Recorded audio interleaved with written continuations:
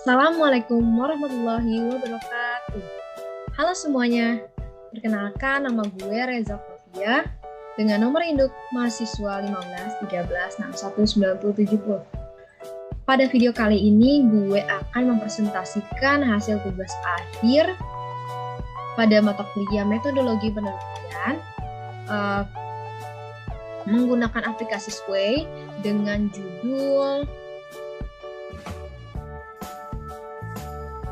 judul efektivitas penggunaan aplikasi Canva sebagai media pembelajaran daring untuk meningkatkan kreativitas dan motivasi belajar siswa SMK Negeri 39 Jakarta.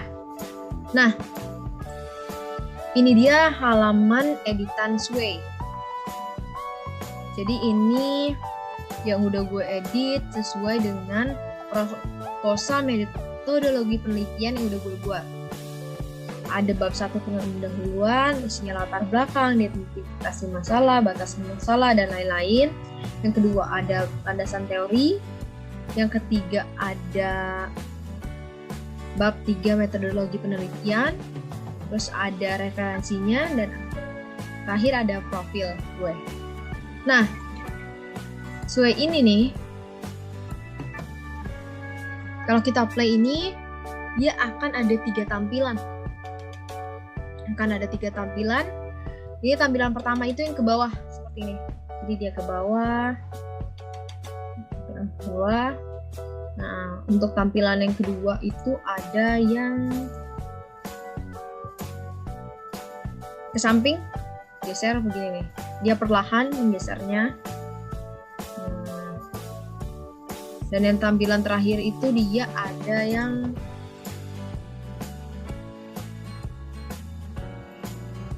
jadi tampilan terakhir ini tuh digeser juga. Tapi dia lebih kayak seperti PPT gesernya. Nah, kayak gini. PPT.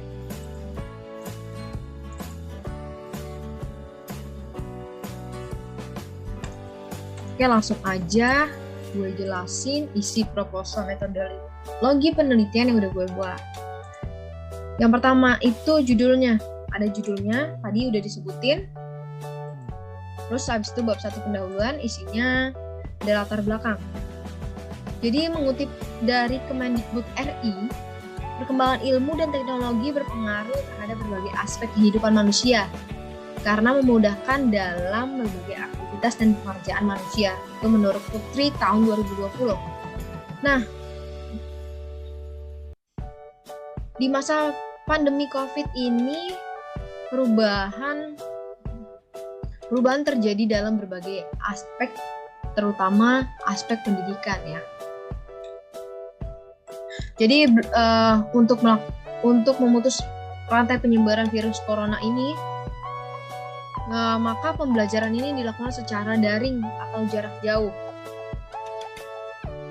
Pada tanggal 24 Maret tahun 2020, Menteri Pendidikan dan Kebudayaan Republik Indonesia mengeluarkan surat edaran nomor 4 tahun 2020 tentang pelaksanaan kebijakan pendidikan dalam masa darurat penyebaran COVID-19. Dalam surat ini tuh dijelaskan bahwa proses belajar dilaksanakan di rumah melalui pembelajaran daring atau jarak jauh dilaksanakan untuk memberikan pengalaman belajar yang bermakna bagi siswa. Menurut Astini tahun 2020. Nah, salah satu cara yang dapat dijadikan media pembelajaran dalam masa pandemi seperti ini itu adalah menggunakan aplikasi Canva. Jadi aplikasi Canva ini adalah aplikasi desain grafis yang secara online memiliki berbagai template atau opsi desain yang ingin kita buat. Dia tuh nggak hanya presentasi, jadi dia bisa menyediakan desain poster, juga dia bisa menyediakan banner, resume, pamflet, infografis, dan lain-lain sebanyak kali. Jadi media Canva ini juga dapat memudahkan peserta didik dalam memahami pelajaran, dikarenakan media ini tuh dapat menampilkan teks, video, animasi, audio, gambar, grafik, dan lain-lain. Nah, jadi Dengan tampilan yang beragam seperti tadi, itu bisa membuat para peserta didik fokus memperhatikan pelajaran karena tampilannya menarik. Menurut Tanjung dan Faiza 2019. Terus habis itu ada identifikasi masalahnya, ada 3. Bisa dibaca aja ya. Terus yang selanjutnya itu ada batasan masalahnya. Terus selanjutnya ada rumusan masalahnya. Jadi rumusan masalah yang gue angkat di sini adalah bagaimana penerapan penggunaan media pembelajaran daring menggunakan aplikasi Canva untuk meningkatkan kreativitas dan motivasi belajar siswa di SMK Negeri 29 Jakarta. Yang kedua itu ada apakah penggunaan media pembelajaran daring menggunakan aplikasi Canva berpengaruh dalam meningkatkan kreativitas, motivasi belajar dan hasil belajar siswa SMK Negeri 39 Jakarta itu sendiri. Dan yang terakhir itu apakah terdapat perbedaan hasil belajar antara siswa yang menggunakan aplikasi Canva dan yang tidak menggunakan aplikasi Canva sebagai media pembelajaran daring. Next itu ada tujuan penelitiannya. Dan selanjutnya ada manfaatnya juga. Ada 3 manfaat, pertama bagi pendidik, bagi peserta, dan juga ada bagi orang tua. Terus ada bab 2 landasan teori. Isinya ini yang pertama gue ngebahas tentang pembelajaran daring itu sendiri. Jadi apa sih pembelajaran daring? Nah, menurut para ahli, yang pertama itu ada menurut Dimyati tahun 2017. Nah, beliau menjelaskan bahwa pembelajaran daring atau yang dikenal sebagai dengan istilah e-learning merupakan bentuk pemanfaatan teknologi dalam mendukung proses belajar mengajar jarak jauh. Nah, sedangkan menurut Rigianti tahun 2020, pembelajaran daring ini merupakan cara baru dalam pembelajaran dengan memanfaatkan perangkat elektronik berupa gawai atau laptop, khususnya pada akses internet dalam penyampaiannya dalam pembelajaran, sehingga pembelajaran daring sepenuhnya bergantung pada akses jaringan internet. Selanjutnya itu ada manfaat daring itu sendiri. Ada 2 dari sudut pandang peserta didik dan ada juga yang dari sudut pandang guru. Itu menurut Karwati tahun 2014. Bisa dibaca aja. Nanti gue juga share link Sway gue di deskripsi YouTube-nya. Nah, next terus ada gue ngebahas juga tentang media pembelajaran. Nah, jadi media pembelajaran ini menurut Haji Malik tahun 1994 merupakan segala sesuatu yang dapat digunakan untuk menyalurkan pesan atau bahan pelajaran sehingga dapat merangsang perhatian, minat, pikiran, dan perasaan. Sedangkan menurut Gerlach dan Eli tahun 1971, media belajar merupakan alat-alat grafis, fotografis, atau elektronis untuk menangkap, memproses, dan menyusun kembali informasi visual atau verbal. Selanjutnya ada fungsi media menurut Levy and Lenz. Ada 4. Ada fungsi atensi, fungsi afektif, fungsi kognitif, fungsi kompensatoris. Yang terakhir itu dia deh. Fungsi kompensatoris. Nah, apa itu fungsi-fungsi tadi? Bisa kalian baca aja langsung di sini. Selanjutnya ada manfaatnya menurut Camp and Dayton tahun 1985 ada 6 manfaat. Ada penyeragaman penyampaian materi pelajaran, ada proses belajar mengajar, ini typo ya. Proses belajar mengajar menjadi lebih menarik, jelas, dan interaktif. Yang 3 ada efisiensi waktu dan tenaga. Yang keempat ada meningkatkan kualitas hasil belajar para murid. Yang kelima ada memungkinkan kegiatan mengajar yang fleksibel atau dapat dilakukan di mana saja. Yang keenam itu menemukan rasa positif pada siswa. Next ada gue ngebahas tentang aplikasi Canva itu sendiri karena gue memilih kan tadi media pembelajaran daring itu menggunakan aplikasi Canva. Jadi ini dia nih, ada fitur fitur Canva. Yang pertama itu template-nya siap pakai. Yang kedua ada icon serta ilustrasi. Yang ketiga itu memori penyimpanan itu ada 1 GB GB. Terus ada teks, ada backgroundnya, ada tips and trick. Jadi untuk kalian yang menggunakan Canva untuk pertama kali, jadi di sini ada tips and tricknya juga. Ada animasinya, ada duplikasi, ada share serta unduh, dan terakhir ada filternya. Nah, gimana sih cara menggunakan Canva? Yang pertama itu kita kunjungi dulu situs www.canva.com. Kita klik aja nih. Nah, terus ada kedua itu membuat akun Canva menggunakan email, Facebook maupun registrasi dengan mengisi data pribadi untuk membuat akun Canva itu sendiri. Nah, karena gue udah membuat akun Canva itu, jadi tampilannya, ya kan gue udah membuat akunnya, jadi tampilannya langsung masuk pada Canva-nya nih. Nah, udah masuk, kita tuh bisa nih dihadapkan dengan tampilan membuat desain. Atau kita kalau misalnya emang gak mau desain dari awal, kalau buat desain itu tampilannya seperti ini. Nah, banyak tuh. Ada buat desain undangan, ada presentasi, ada poster, resume, kiriman Instagram, bahkan video juga ada, logo ada, lengkap deh pokoknya. Nih, yang bisa digunain nih. Atau juga kalau nggak mau lihat dari sini, klik ke sini, kita bisa juga lihat di sini. Nih,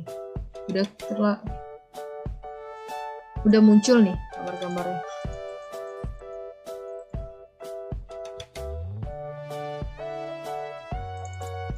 Nah, setelah itu apa sih yang kita lakuin?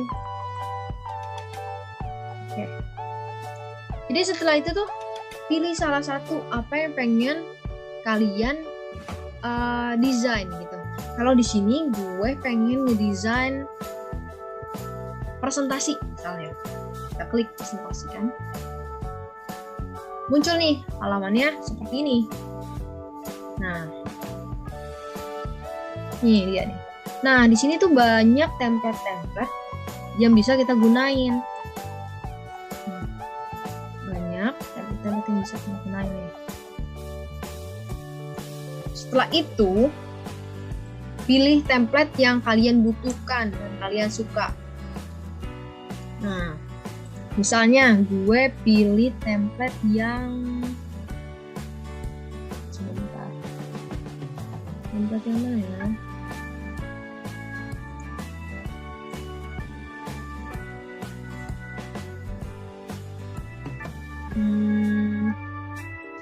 Ini deh misalnya, ini aja deh.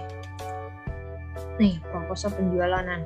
Nah, ini tinggal kita edit aja nih tulis-tulisannya. Udah template-nya udah banyak. Atau bisa juga kita pilih yang ini, misalnya lebih menarik lagi atau nih. Atau juga mau yang ini. Banyak deh pokoknya template yang bisa kita coba. Udah kayak gitu, di samping kiri di sini nih, template elemen ini merupakan fitur-fitur yang udah disediakan oleh Canva itu sendiri. Tadi kan template udah kita buka. Nah, di situ kita bisa klik elemen. Elemen ini isinya seperti ini nih. Ada foto, video, ada juga nih yang udah direkomendasiin, atau bisa juga kita search. Misalnya kita mau search apa? Misalnya kita mau search mobil. Ada nggak sih mobil? Nah, cari aja. Mobil tuh ada. Nah, kita bisa nih pakai yang gratis ini nih. Kalau ada tanda mahkota seperti ini berarti berbayar nih. Kita tuh harus mengaktifkan akun berbayar dulu, baru bisa menggunakan yang ini. Nah, kalau udah kayak gitu, kalau udah selesai semua, kita bisa ngedownload hasil desain yang udah kita buat dengan cara klik kanan sini. Nih, unduh, atau kita juga bisa nge-share linknya nih, share linknya.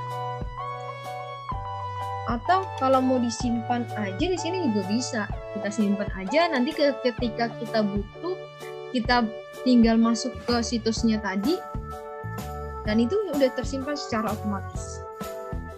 Nah, itu dia tuh cara menggunakan aplikasi Canva. Mudah kan? Untuk pemula juga mudah digunakan karena fiturnya itu mudah dimengerti, gampang digunain gitu. Jadi untuk siswa-siswa yang masih awam juga bisa menggunakannya. Nah, selanjutnya itu ada kelebihan dan kekurangan aplikasi Canva. Jadi kelebihannya itu yang pertama ada memiliki tampilan antarmuka atau interface yang intuitif sehingga mudah digunakan. Bahkan oleh pengguna yang belum pernah menggunakan aplikasi Canva itu sendiri.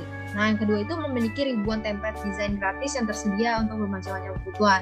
Seperti yang tadi saya perlihatkan.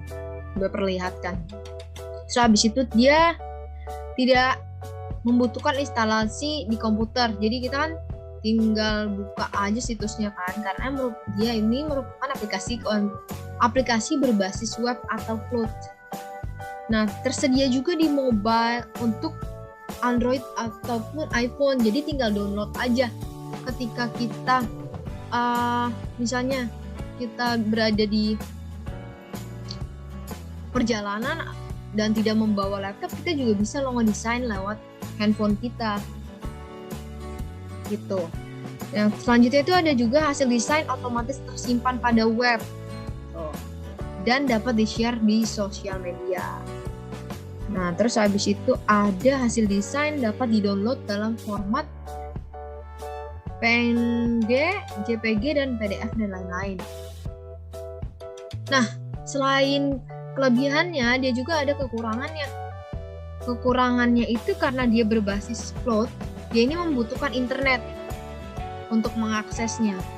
Terus ada beberapa fitur yang memakai Canva Premium atau berbayar, seperti yang saya perlihatkan tadi sebelumnya. Terus habis itu dia kalau misalnya dia versinya gratis, dia itu nggak bisa melakukan export file dengan background atau latar belakang yang transparan. Nah, selanjutnya itu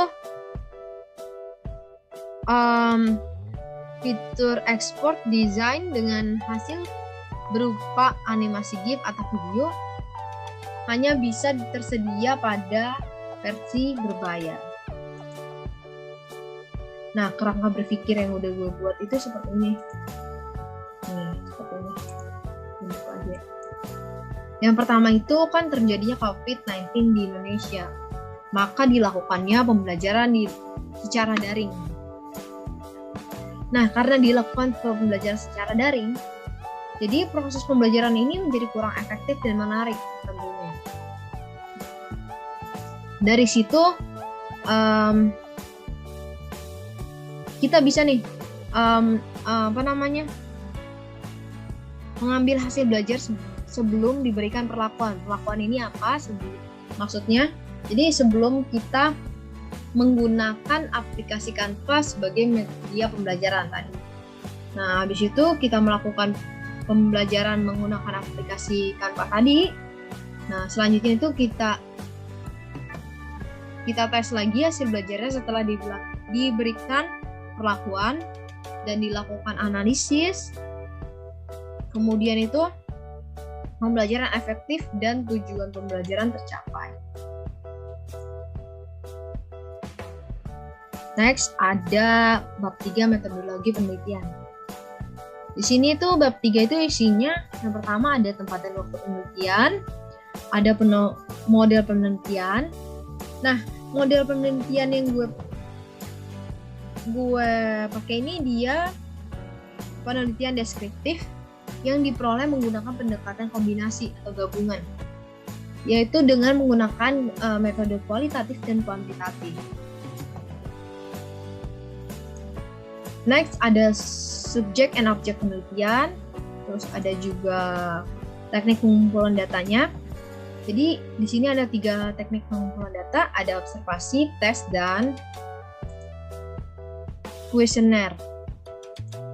Terus ada teknik analisis data, ada lembar observasi, lembar tes, dan kuesioner, lembar kuesioner. Terus abis itu ada tahapan penelitiannya, seperti ini tahapannya. Jadi pertama itu mulai identifikasi masalah, ada desain media pembelajaran interaktif, ada perancangan dalam produk, ada pengembangan media pembelajaran interaktif. Setelah itu diuji coba kepada siswa, dilakukan pengumpulan data, kemudian dianalisis data. Nah, apabila terjadinya sesuatu yang mungkin kurang, kita bisa revisi, kemudian diuji coba lagi kepada siswa, pengumpulan data lagi, analisis data lagi. Jika tidak ada revisi, maka kita bisa menarik kesimpulan, kemudian selesai. Nah, ini dia nih referensi proposal metode penelitian yang udah gue buat, referensinya. Nah, yang terakhir ada profil penulis, profil gue. Nah, ini dia.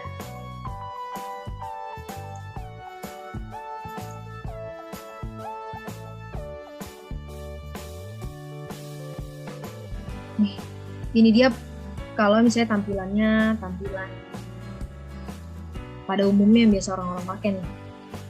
Tampilan apa ya? Tampilan ke bawah. Nih, seperti ini nih. Kalau mau lihat tampilan bawahnya.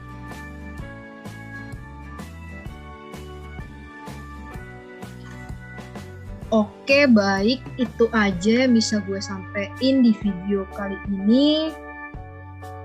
Kurang lebihnya mohon maaf apabila ada penulisan kata yang typo, mohon dimaafkan.